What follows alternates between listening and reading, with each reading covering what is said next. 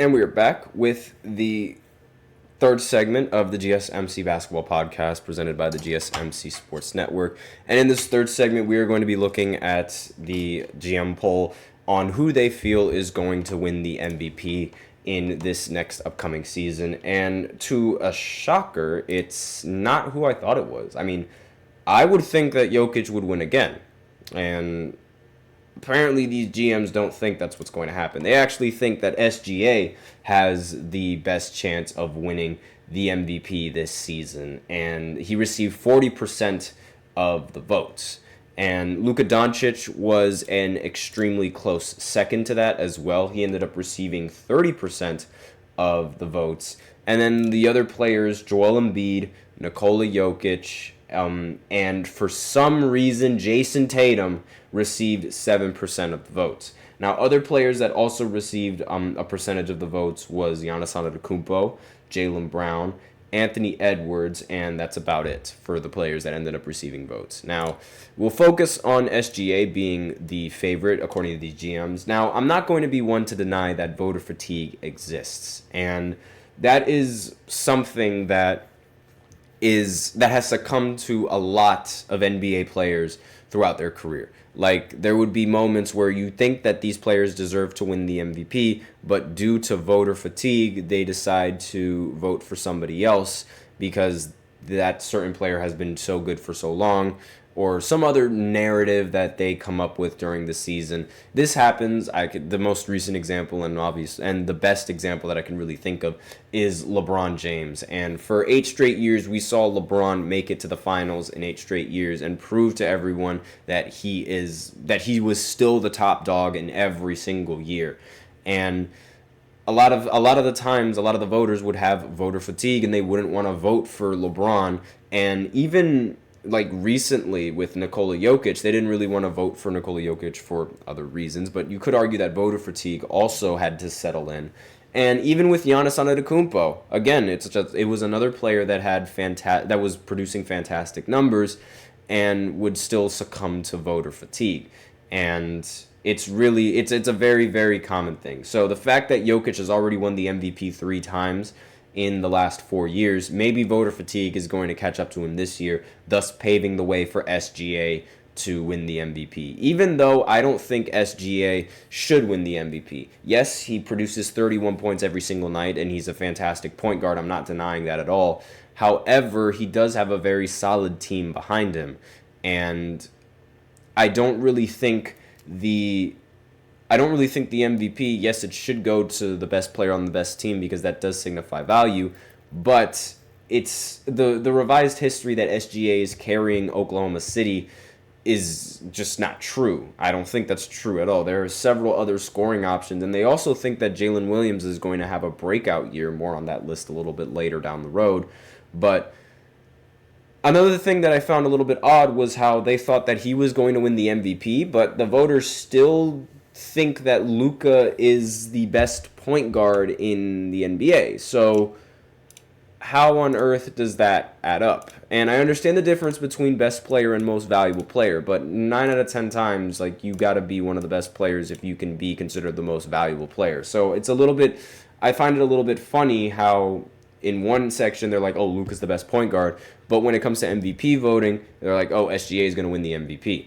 And Luka actually, like, in my opinion, actually has a little bit more of a better chance of winning the MVP just based off of the fact that it's basically, yes, he does have a second option, but you need a second option in order to be a winning team, and you need to be a winning team in order to become the MVP.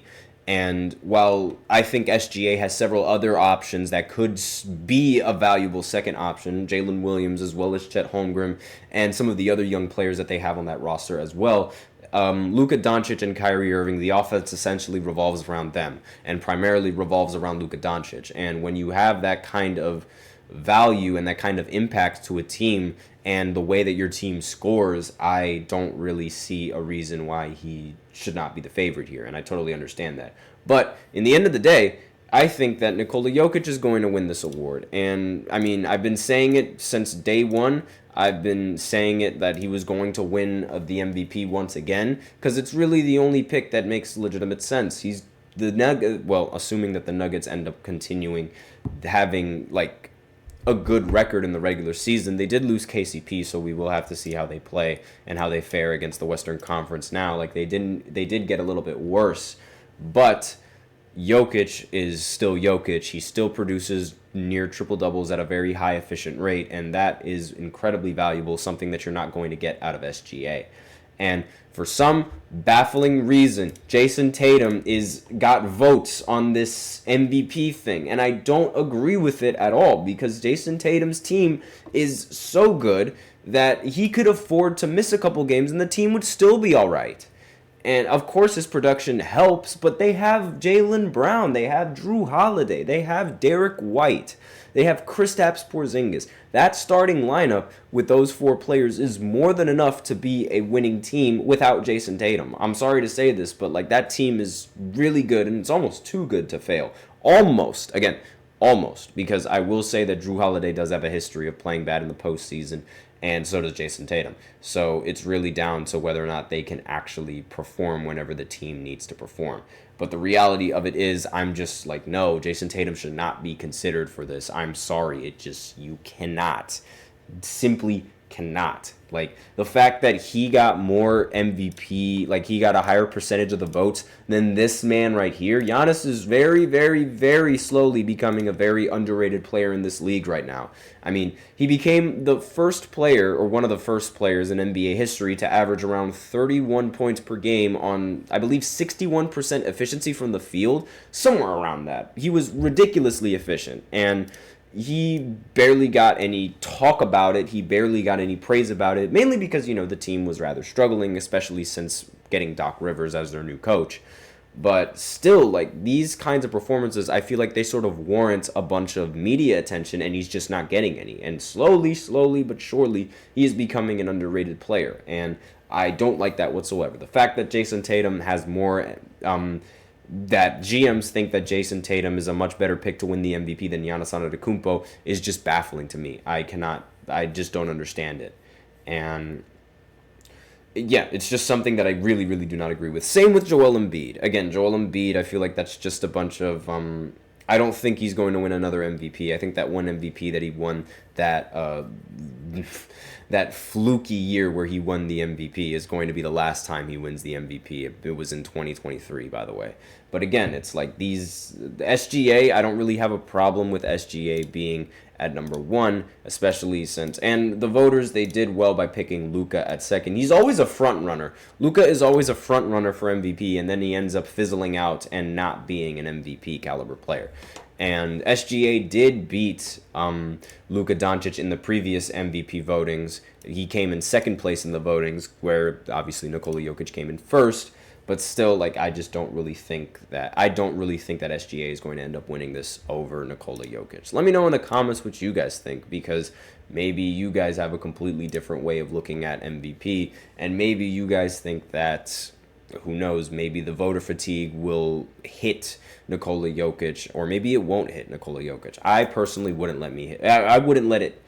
If I was a voter, I wouldn't let voter fatigue hit me. If you are the clear-cut the best player, and if you are the clear-cut the most valuable player for your team, then you're going to get a vote from me, plain and simple.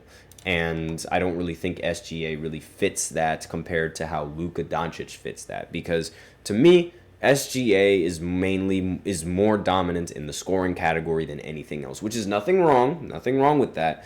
But Jokic can genuinely do everything on the offensive side of the ball.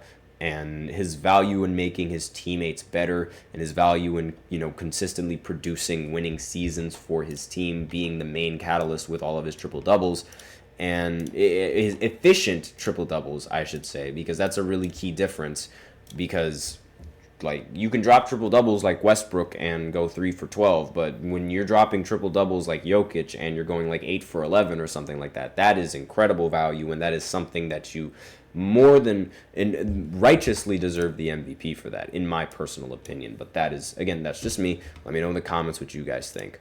So aside from that, we are out of time for this third segment. So now we will go ahead and go into the fourth segment, where I talk about my finals predictions. Well, not my finals predictions, but the anonymous GM's finals predictions, as well as who they feel is going to win the Rookie of the Year in this coming season. So I'll be right back after this short break. Be sure to stay tuned.